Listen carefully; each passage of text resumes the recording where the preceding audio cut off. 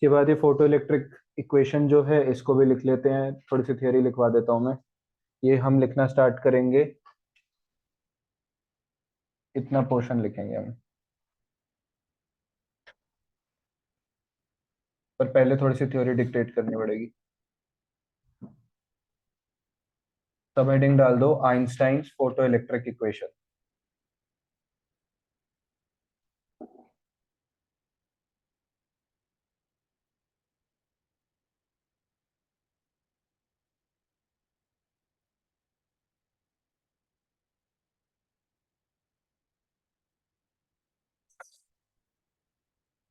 ठीक है, okay.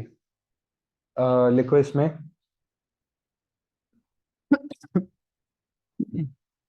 when light of a given frequency when light of a given frequency is incident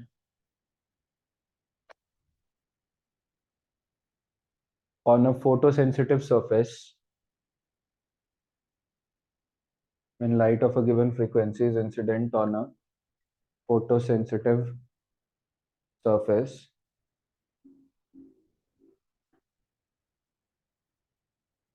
a portion of it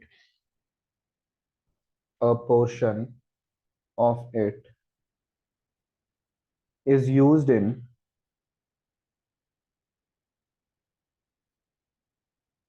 a portion of it is used in exciting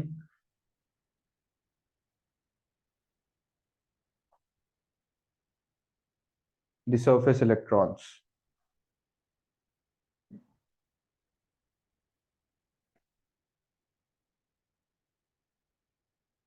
Full stop. This energy is known as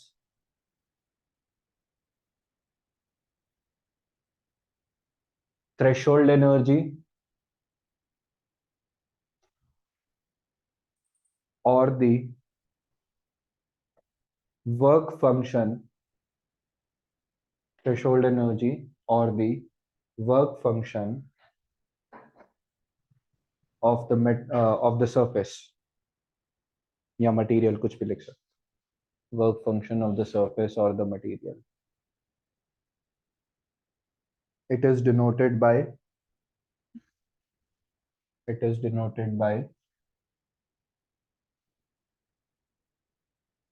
phi या phi not, जो आपका मन करे वो लिख।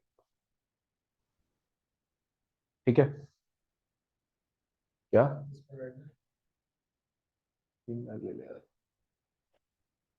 अहमियत है उसकी कुछ। नो ना, good thought. Work denoted by phi naught. उसके बाद आगे लिखो, if the incident energy is sufficiently high if the incident energy is sufficiently high,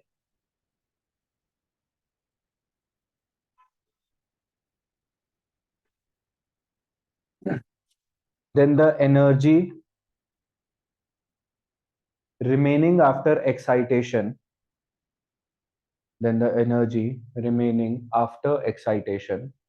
Ajay तो वीडियोस देख चुका है सारे, is used as excitation is used as the kinetic energy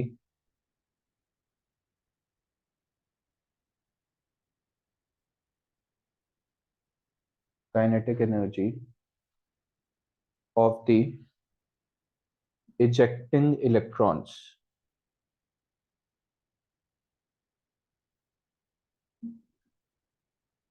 of the ejecting electrons.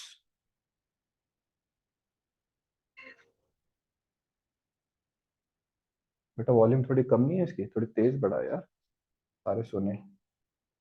Of the ejecting electrons, full stop. This means that the maximum kinetic energy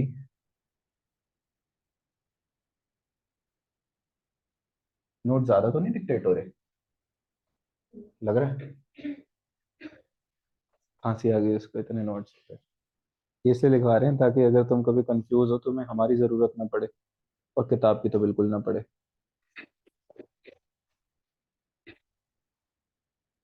क्या लिखवाया मैंने? The maximum kinetic energy acquired by an electron can be given as can be given as तो ये जो box में है ना, इसमें लिख लो k max is equal to E minus phi naught. तो जहां E नॉट मैंने लिखा है वहां पाई नॉट होता है।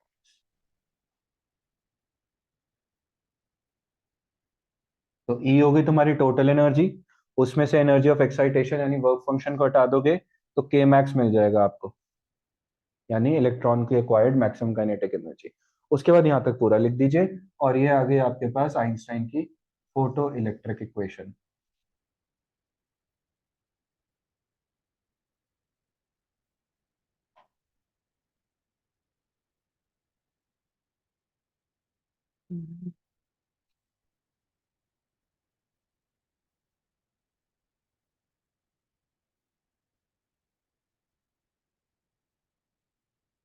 ठीक है, और हमने थोड़ी देर पहले डिस्कस किया था कि एच और ई किसी भी मटेरियल के लिए अलग नहीं होंगे, सबके लिए एक ही होगा। इसीलिए किसी भी मटेरियल के लिए आप स्टॉपिंग पोटेंशियल और फ्रीक्वेंसी का ग्राफ बनाओगे तो आपको एक ही स्लोप पे मिलेगा, सबकी स्लोप एक ही है, तो सारी पैरेलल लाइंस मिलेंगी। कोई एक ऐसा मटेरियल होगा जो ज्यादा फोटो सेंसिटिव हुआ, तो उसमें उसके इलेक्ट्रॉन्स को इजेक्ट कराने में आपको कम एफर्ट लगेगा, मतलब उसका ग्राफ पहले ही शुरू हो जाएगा, लेकिन स्लोप उतनी रहेगी जितनी बाकियों की है। बस ये है कि उसकी थ्रेशोल्ड फ्रीक्वेंसी अलग हो जाएगी, कम हो जाएगी। तो इस चीज को भी लिख लो, अब तुम कह रहे हो तो। ठीक है, इक्वेशन लिखने के बाद the above equation shows that the above equation shows that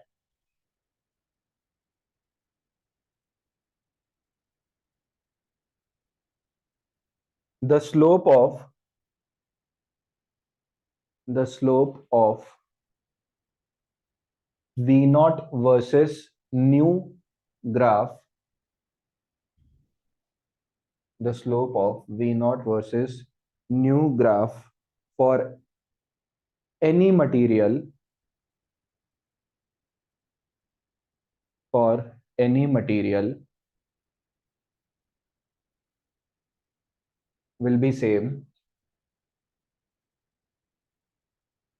will be same since, फिर ऐसे लिख लो सिंस के बाद ब्रैकेट में h by e, since h by e